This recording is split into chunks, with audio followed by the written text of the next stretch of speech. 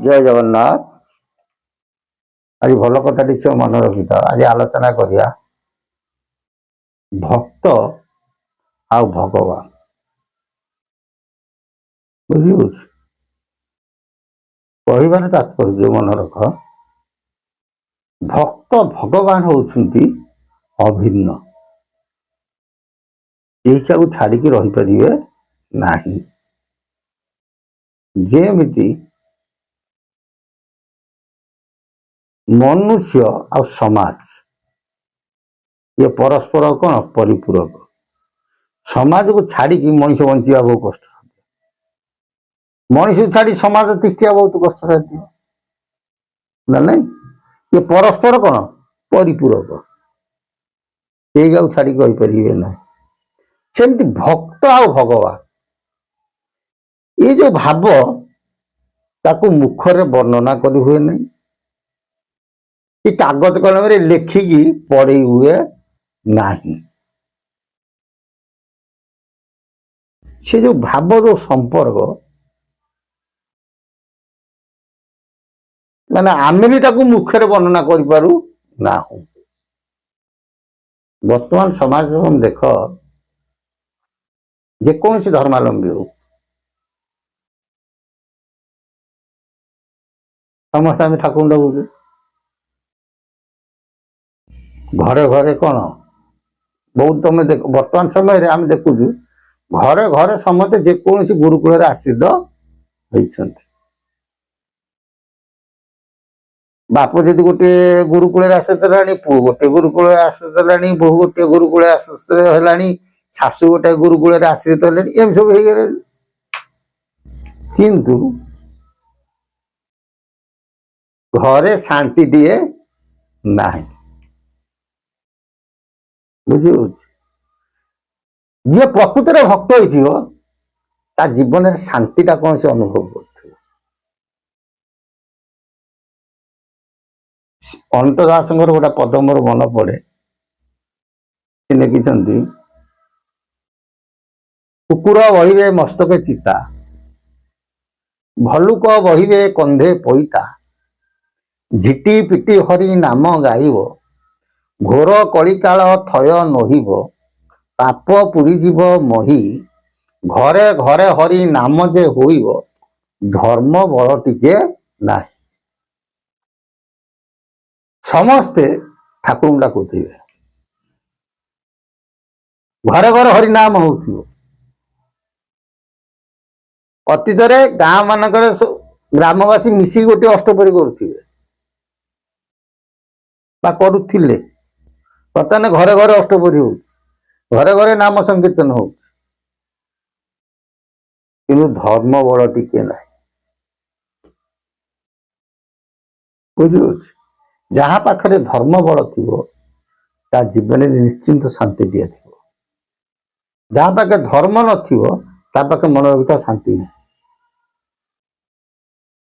गोटे पूर्णवंत लोक हेले से 10टा को कौन कर टाणी नहीं पलि बुझी। नई बढ़ी डंगार अनेक व्यक्ति बसती ना, नाउरिया कात धरुची जेमितिया पानी हो, नाउरिया कौन कर डंगा को एकूलू से कूल को नगई नौ। कारण कौन धर्मटा रोच कौटी नाउरिया हाथ में। भीम भोईकर गोटे पद मन पड़े, धर्म बले सूर्य चंद्र हुंती धर्म बले सूर्य चंद्र हुंती आत जात, धर्म बले मातृगर्भे शिशु जे संभूत, धर्म बले समुद्र जे स्थल लंगई, धर्म बले ऋतुराज प्रभा हुए। ये सब धर्म थिबा हेतु कौन हो चली। भीम भोई भाषा धर्म थिबा हेतु नदी रे डंगा भासुची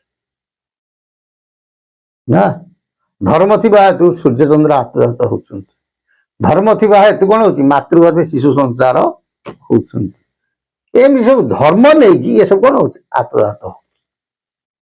तुम कह धर्म बोली किसी नहीं, साधारण कथा। आमर ये जो कूह पानी गोटे जगार रखी दियो से 15 दिन पोक हो। ନା ଗଙ୍ଗା ପାଣିଟା ରଖିଲୁ, ସେଥିରେ ପୋକ ହବ? ସେଥିରେ ପୋକ ହବନି। ଗଙ୍ଗା ଜଳ ତୁ ଯଦି ତମେ 10 ବର୍ଷ ରଖ, ସେ କିଛି କ୍ଷତି ହବ ନାହିଁ। What is cause? କାରଣ କଣ? ବିଜ୍ଞାନ ମତରେ ଅନେକ କଥା କହିପାରନ୍ତି, ସାଧାରଣ ମତରେ ଗୋଟେ ଧର୍ମ ସଂସ୍ଥା କଣ ରହିଛି। ଆମେ ବର୍ତ୍ତମାନ କଣ ହଉଛି, ବିଜ୍ଞାନର ଦ୍ୱାହି ଦେଇକି ଧର୍ମଟାକୁ ଟୋଟାଲ କଣ ହଉଛି, ହୁଡି ଯାଉଛି। ଯାହାଫଳରେ ଏମିତି ସମୟ ଆସିବ, ବିଜ୍ଞାନର ଦ୍ୱାହି ଦେଇକି ସଂସାର ଅରାଜକତା ହେଇଯିବ।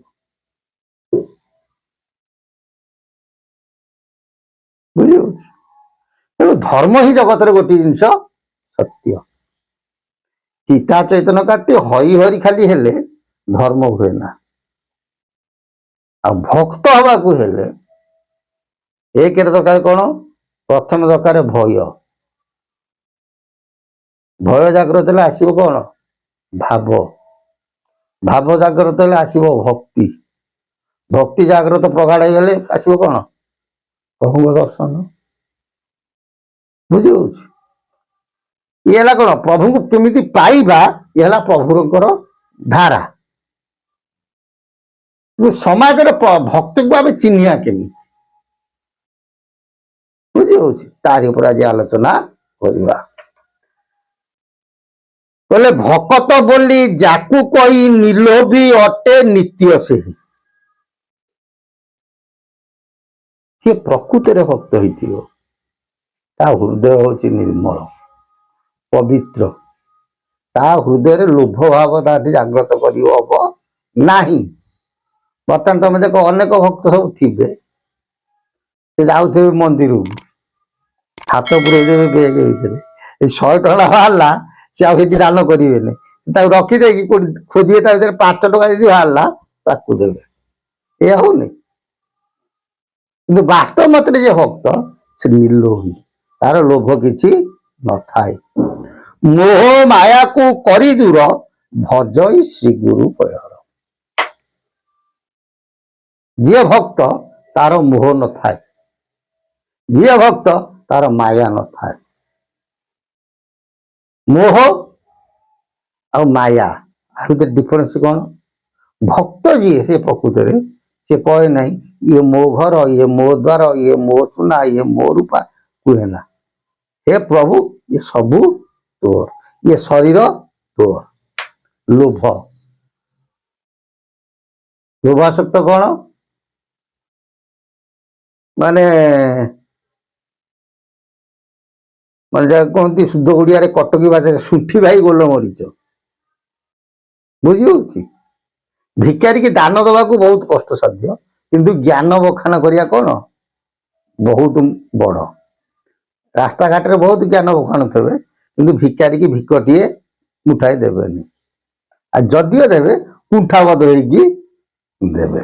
ଏଗୁଡ଼ାକ ଭକ୍ତର ଲକ୍ଷଣ ନୁହେଁ। ମୋହ ମାୟାକୁ କରି ଦୂର, ଭଜଇ ଶ୍ରୀଗୁରୁ ପୟର। ସେ କର୍ମ କରିବା ସହିତ ସଦା ସର୍ବଦା ପ୍ରଭୁଙ୍କ ପାଖେ ଆତ୍ମସମର୍ପଣ ଭାବ ରଖିଥାଏ। ନଥାଇ ଗର୍ବ ଅହଙ୍କାର, ଏଟା ଗୋବିନ୍ଦ ସାହାକାର। ଯିଏ ଭକ୍ତ, ସେ ଯେତେ ଜ୍ଞାନ ଶିଖିଥାଉ, ସେ କେବେ କହିବ ନାହିଁ ମୋଠୁ ଜ୍ଞାନୀ ସଂସାରରେ କିଏ ଅଛି। ଗର୍ବ ତା ପାଖେ ନଥିବ, କି ଅହଙ୍କାର ମଧ୍ୟ ତିଳେ ନଥିବ। ଭକତ ଭଗବାନ ଦୁଇ, କେବେଟି ଅଭିନ୍ନ ନୁହେଁ। ଏଇ ଭାବ ଯାହା ପାଖେ ଥିବ, ତାକୁ ପୂଜିଆ ଯାହା, ପ୍ରଭୁଙ୍କୁ ପୂଜିଆ ସେଇଆ। ସେଥିପାଇଁ ଭାଗବତରେ କୁହାଯାଇଛି, ଗୋବିନ୍ଦ ଗୋବିନ୍ଦ ଗୋବିନ୍ଦ ପଦୁ ଗଳୁଛି ମକରନ୍ଦ, ସେ ମକରନ୍ଦ ପାନ କରି ହେଳେ ତରିଲେ ବ୍ରଜ ନାରୀ, ସେ ବ୍ରଜ ନାରୀଙ୍କ ପୟରେ ମନମ ଥାଉ ନିରନ୍ତରେ। ଜଗନ୍ନାଥ ଦାସ କହୁନାହାନ୍ତି ସେ ଜଗନ୍ନାଥଙ୍କ ପୟରେ ମନମ ଥାଉ ନିରନ୍ତରେ, କିଏ ସେ ନୃସିଂହ ପୟରେ ମନମ ଥାଉ ନିରନ୍ତରେ। କାହା ପାଖେ ମନ ଥିବ ନା, ସେ ବ୍ରଜ ନାରୀଙ୍କ ପୟରେ ମନମ ଥାଉ ନିରନ୍ତରେ। ବ୍ରଜ ନାରୀ କଣ? ଭକ୍ତ। ପ୍ରଭୁ ହଉଛନ୍ତି କେଶବ କୃଷ୍ଣଚନ୍ଦ୍ର ନା ନାଇଁ? ସେ ବ୍ରଜ ନାରୀଙ୍କ ପୟରେ ମନମ ଥାଉ ନିରନ୍ତରେ, ମାନେ ସେ ଭକ୍ତଙ୍କ ପାଖେ ମନ ଆମର ନିରନ୍ତରେ ଥାଉ। हा कृष्ण बोली जीव ना